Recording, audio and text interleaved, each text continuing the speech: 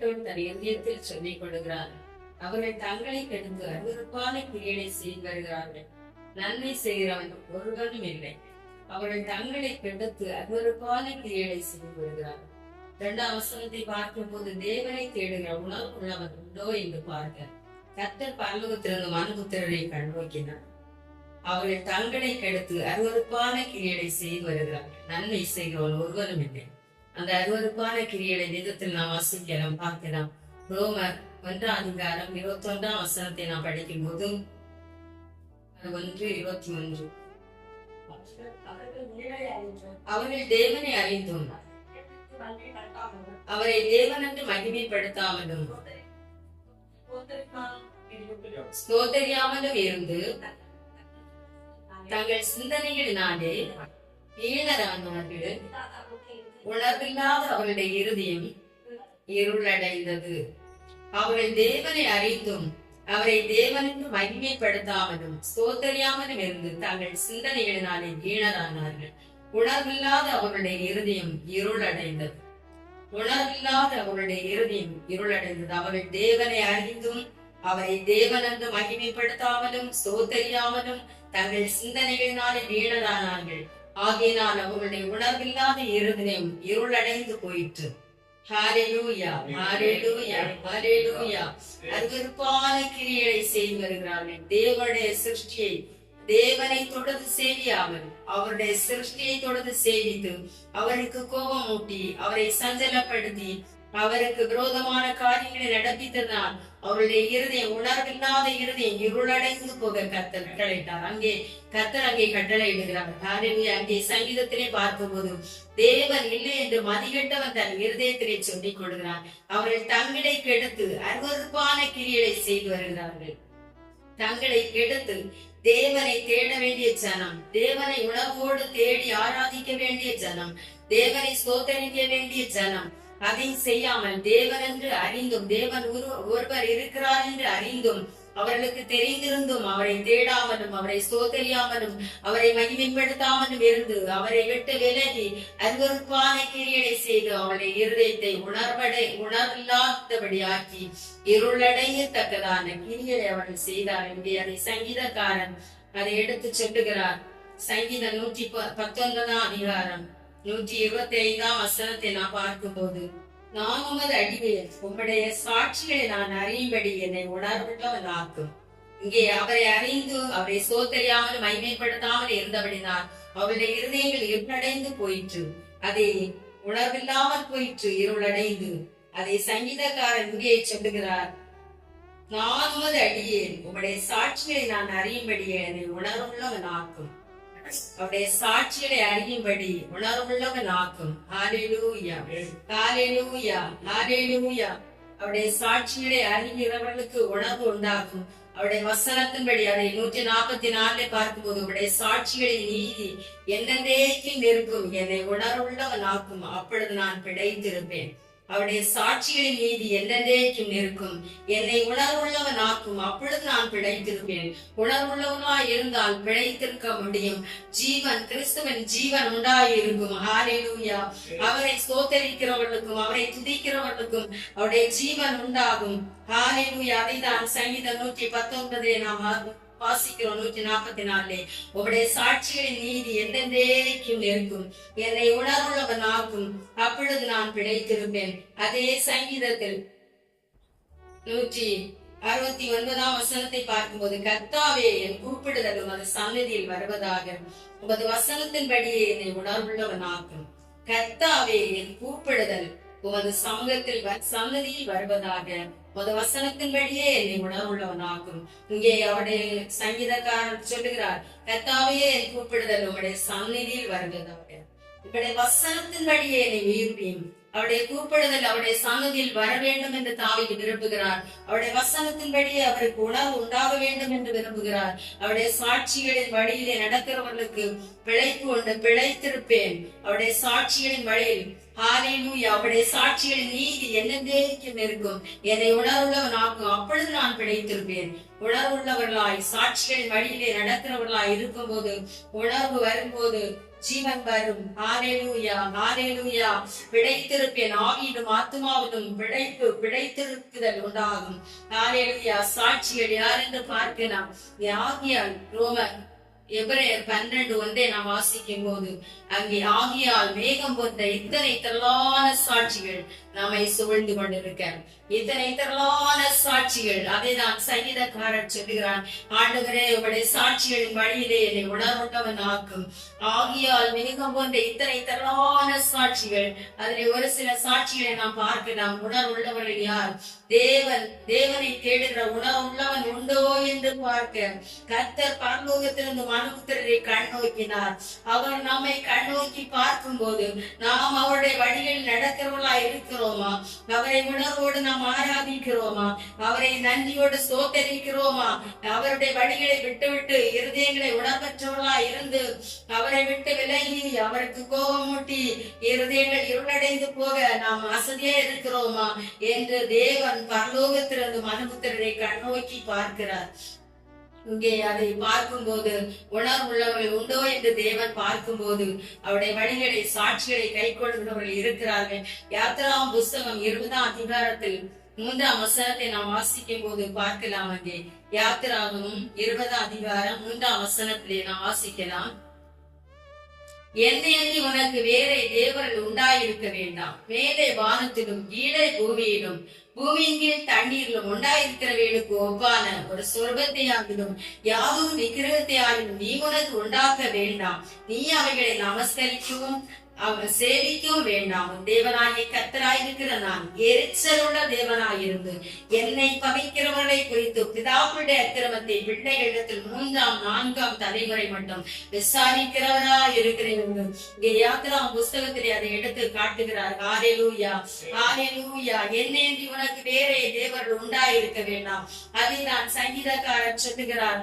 தேவனை தேடுகிற உணர்வுள்ளவன் உண்டோ என்று பார்க்க தேவன் பரலோகத்திலிருந்து மனுபுத்திரரை கண்ணோக்கினார்.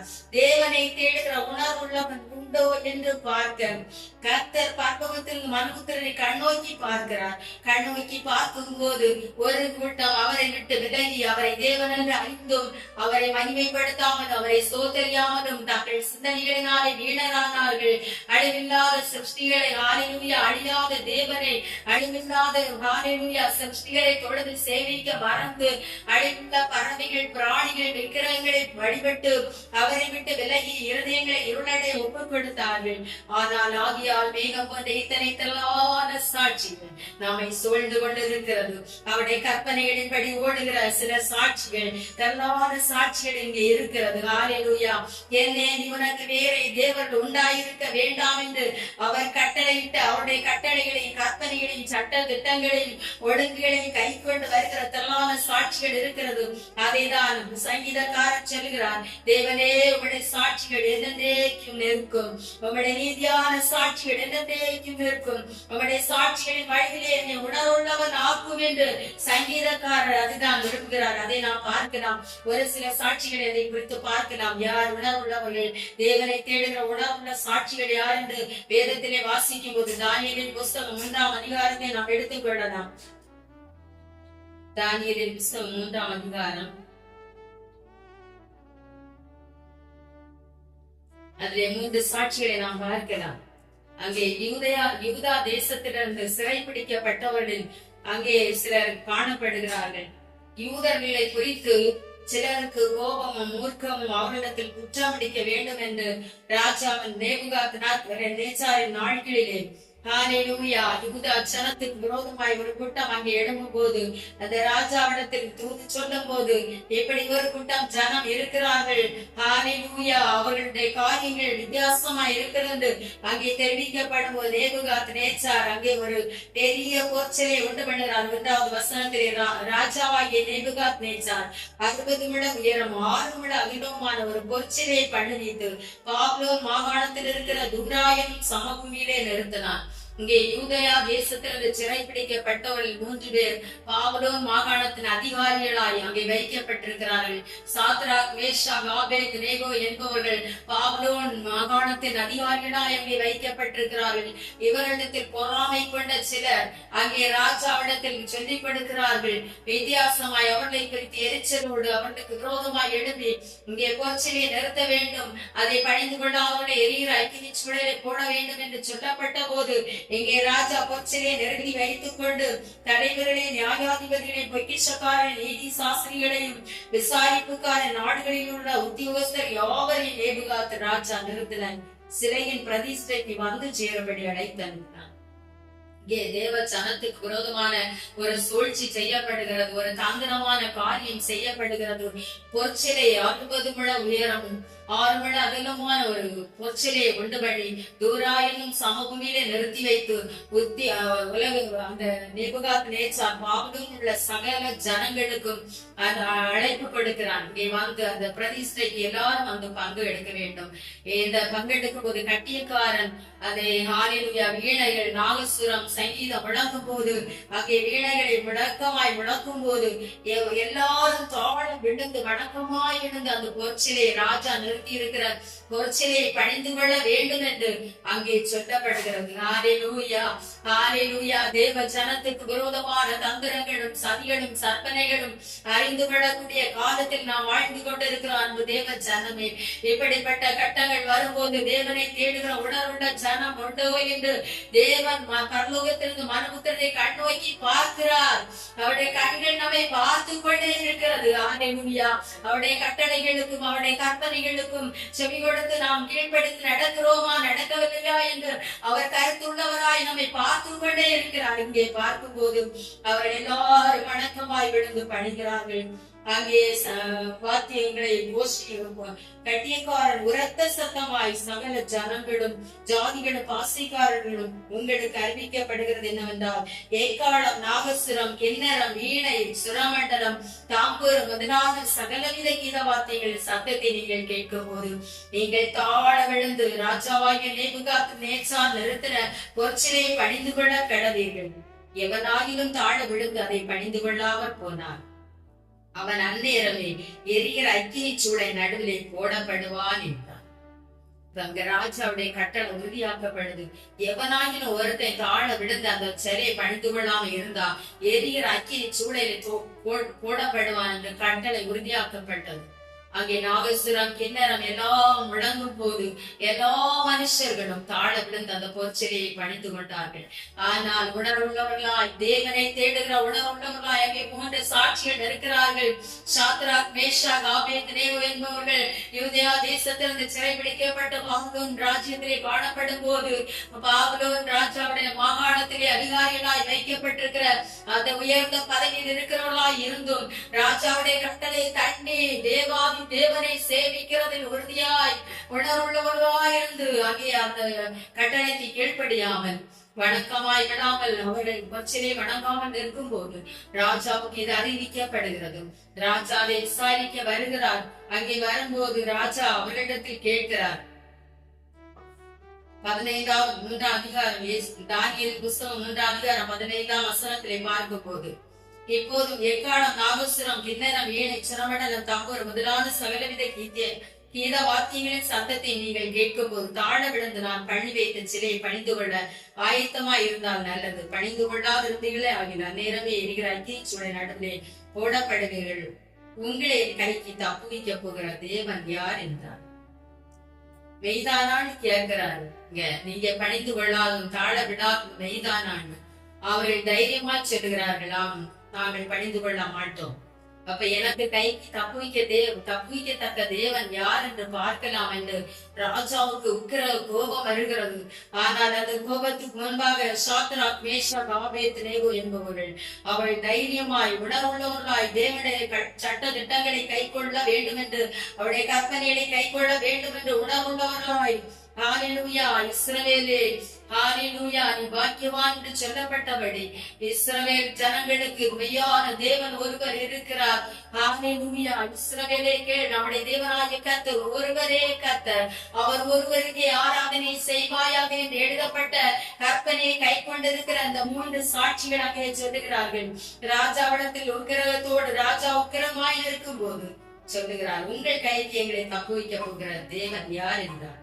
சாத்ராக் மேஷாக் ஆபேத்நேகோ என்பவர்கள் ராஜாவை நோக்கி, நேபுகாத்நேச்சாரே, எந்த காரியத்தை குறித்து உமக்கு நாங்கள் சொல்ல வேண்டியது சொல்ல எங்களுக்கு அவசியம் இல்லை. எந்த காரியத்தை குறித்து உமக்கு நாங்க சொல்ல அவசியமே இல்லை. ஏனென்றால் நாங்கள் ஆராதிக்கிற தேவன் எங்களை எரிகிற அக்கினி சுடக்கும் ராஜாவாகி உம்முடைய கைக்கும் தப்புவிக்க வல்லவராய் இருக்கிறார். அவர் அப்படி விடுவிக்காமல் போனாலும் நேரத்தில் அந்த பொற்சிலை நாங்கள் பணிந்து கொள்வதும் இல்லை, ஆராதிப்பதும் இல்லை என்கிறது உமக்கு தெரிந்திருக்க கடவுள். உமக்கு நிச்சயமாக தெரிந்திருக்க கடவுள். ராஜாவுக்கு முன்பாக அவர்கள் தைரியமாய் உணர்வுள்ள சாட்சிகளாய் தேவனுடைய கற்பனைகளை கட்டணத்தை கை கொண்டு அவர்கள் அங்கே துணைந்து நிற்கிறதை பார்க்கிறோம். ஹல்லேலூயா. நாங்கள் ஆராதிக்கிற எங்கள் தேவன் எங்களை தப்புவிக்க வல்லவராய் இருக்கிறார். அவர் எரிகிற அக்கினி சூழலையும் ராஜாவாகி உம்முடைய கைக்கும் நீங்களாக்கி விடுவிப்பார். விடுவிக்காமல் போனாலும் நாங்கள் உடைய தேவர்களுக்கு ஆராதனை செய்வதும் இல்லை, நீர் நிறுத்தின பொற்சிலை பணிந்து கொள்வதும் இல்லை என்கிற ராஜாவாகி உமக்கு தெரிந்திருக்க கடவுள் என்றார். எவ்வளவு பயங்கரமாய் அவர்கள் அறிக்கை பண்ணுகிறார்கள். பாபிலோன் ராஜ்யத்தில் உள்ள சகல பெரியோர்களும் சகல மனுஷர்களும் அந்த சிலையின் பிரதிஷ்டைக்கு அழைக்கப்பட்டிருக்கிறார்கள். அந்த ஜாதி ஜனத்துடைய மத்தியிலே சாத்ராக் மேஷாக் ஆபேத்நேகோ என்பவர்கள் தேவனுக்காக வைராக்கியம் உள்ளவர்களாய், தேவனுடைய நாமத்திற்காக வைராக்கியம் உடையவர்களாய் அங்கே நிற்கிறார்கள். உணர்வுள்ள சாட்சிகளாய் அவர்கள் அங்கே நிற்கிறார்கள். படைத்த தெய்வத்தை ஆராதிக்க உண்மையுள்ளவர்களாய் அங்கே நிற்கிறார்கள். ராஜாவாகி உமக்கு நாங்கள் பயன்பட வேண்டியதில்லை. ஹல்லேலூயா, ஹல்லேலூயா. பணிந்து கொள்வது இல்லை என்கிறது ராஜாவாகி உமக்கு தெரிந்திருக்க கடவுள். அப்பொழுது நேபுகாத்நேச்சாருக்கு கடும் கோபம் உண்டு. சாத்ராக் மேஷாக் ஆபேத்நேகோ என்பவர்களுக்கு விரோதமாய் அவருடைய முகம் வேறுபட்டது. சூளை சாதாரணமாய் சூடாக்கப்படுவதை பார்க்கிறோம். 7 மடங்கு அதிகமாய் சூடாக்கும்படி உத்தரவு கொடுத்தான். சூளை சாதாரணமாய் சூடாக்கப்படுவதை பார்க்கிறோம். 7 மடங்கு அக்கினி அவன் மூர்க்கமாய் உக்கிரமாய் தேவ ஜனத்திற்கு விரோதமாய் அங்கே சூடாக்கும்படி கட்டளை போட்டான். ஹல்லேலூயா, ஹல்லேலூயா, ஹல்லேலூயா. அவர்கள் பயப்படாமல் ஹல்லேலூயா ராஜாவின் கட்டளை தள்ளி சேவிக்கிற தேவனுக்காக தேவனை மாத்திரம் தான் நாங்கள் பணிந்து கொள்வோம். எங்களை படைத்த தெய்வத்தை மாத்திரம் தான் நாங்கள் ஆராதிப்போம்.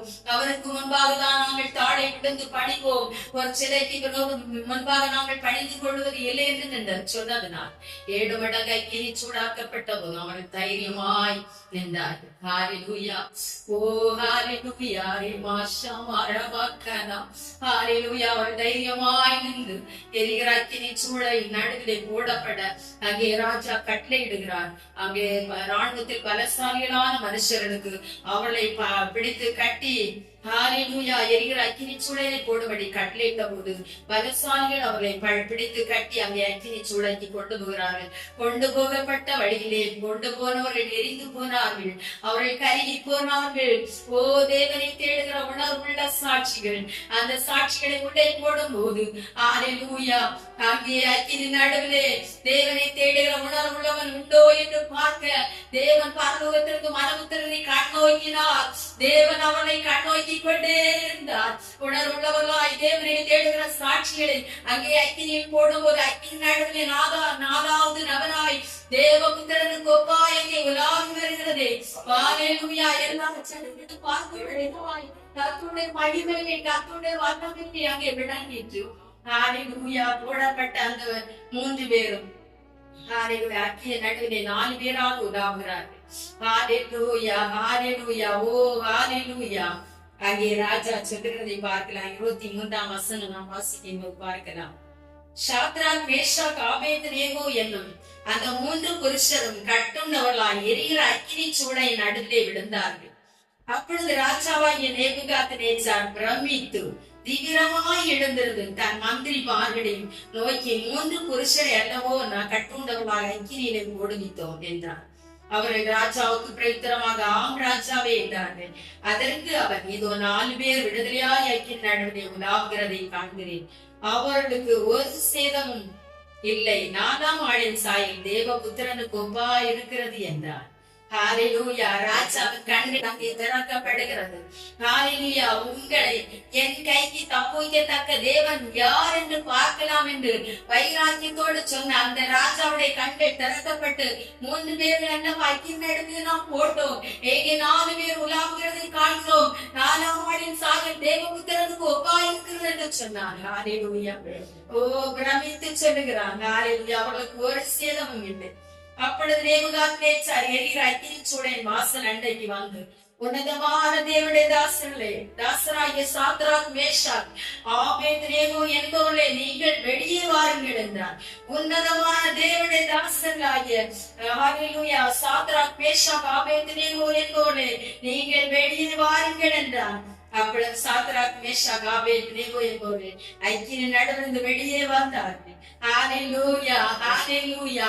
உன்னதமான தேவன் என்று அவன் கண்டு கொண்டான். உன்னதமான தேவனுடைய தாசர்கள் என்று கண்டு கொண்டான்.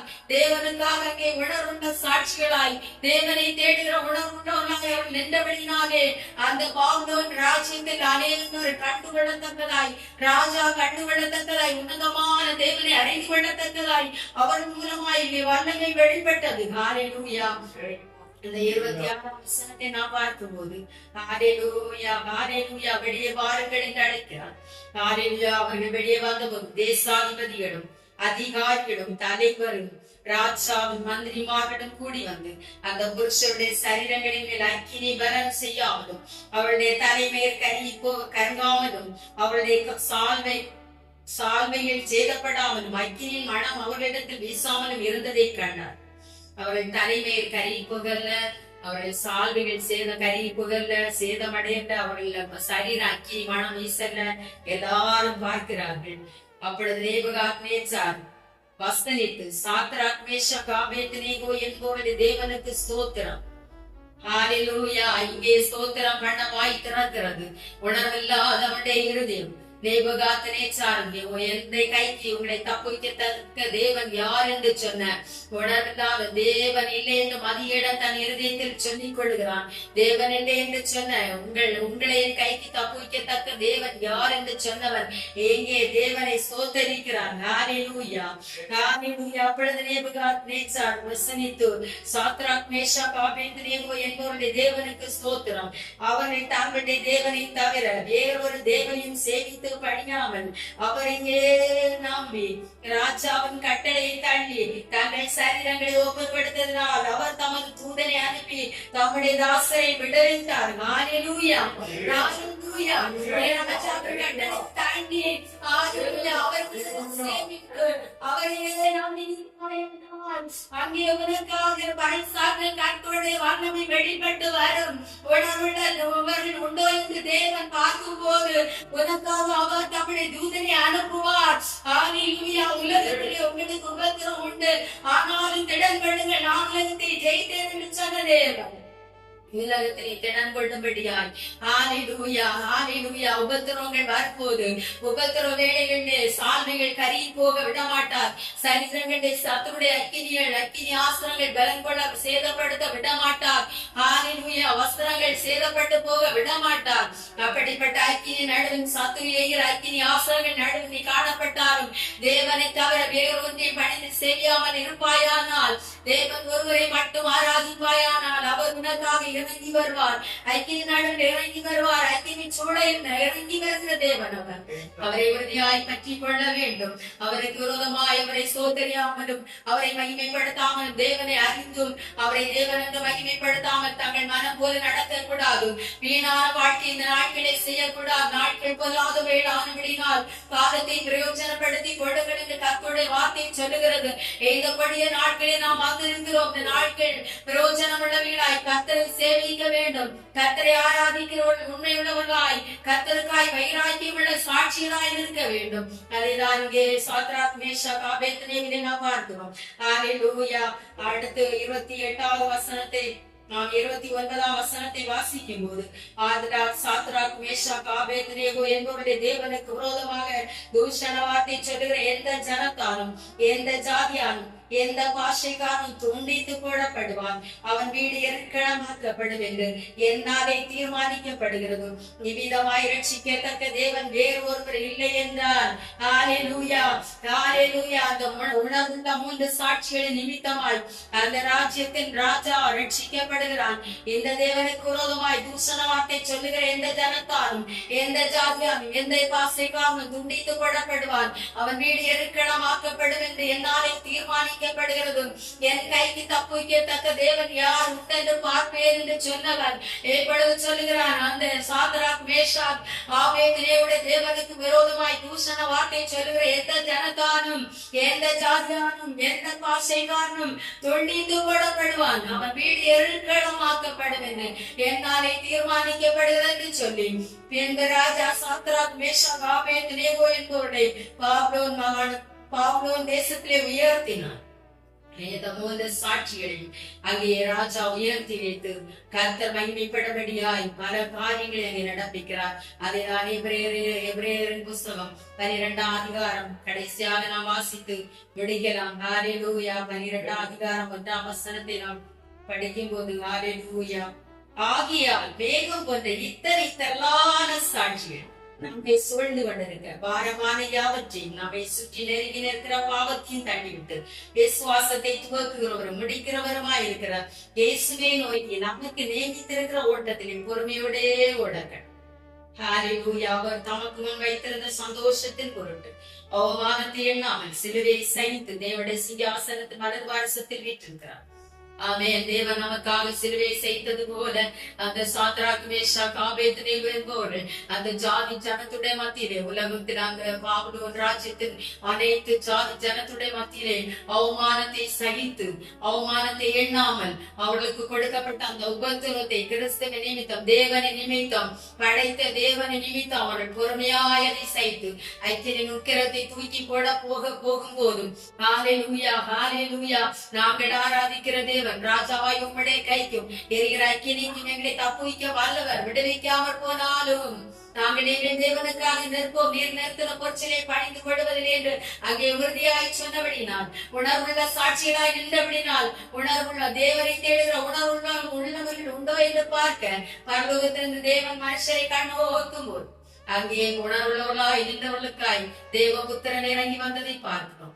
ஆகியனால் தேவச்சனமே தேவனுக்கு விரோதமான தப்பிதங்கள் கோபங்கள் அவருக்கு பிடிக்காத காரியங்கள் விக்கிரகங்களுக்கு வெளிப்படுகிறதும் விக்கிரகங்களுக்கு படைத்ததை புசிக்கிறதும் அசுத்தமான காரியங்களை நடப்பிக்கிறதும் அவர் கோபம் கொள்ளுகிற காரியங்கள் இவைகளுக்கு தப்பி விலகி ஓடி தேவனுக்கு முன்பாக சாத்ராக் மேஷாக் ஆபேத்நேகோ என்பவர்கள் உறுதியாய் நின்றது போல நாமும் அவருக்காக உறுதியாய் நிற்போமாகில் எல்லா இக்கட்டு காலங்களும் அவரே நமக்கு தஞ்சமாயிருந்து நம்மை தப்புவிக்கிற தேவனாய் நமக்கு கிடைக்கிறது நடத்துவார். அந்த வார்த்தைகளின்படி கர்த்தர் நம்மை ஆசீர்வதிப்பாராக. ஆமென்.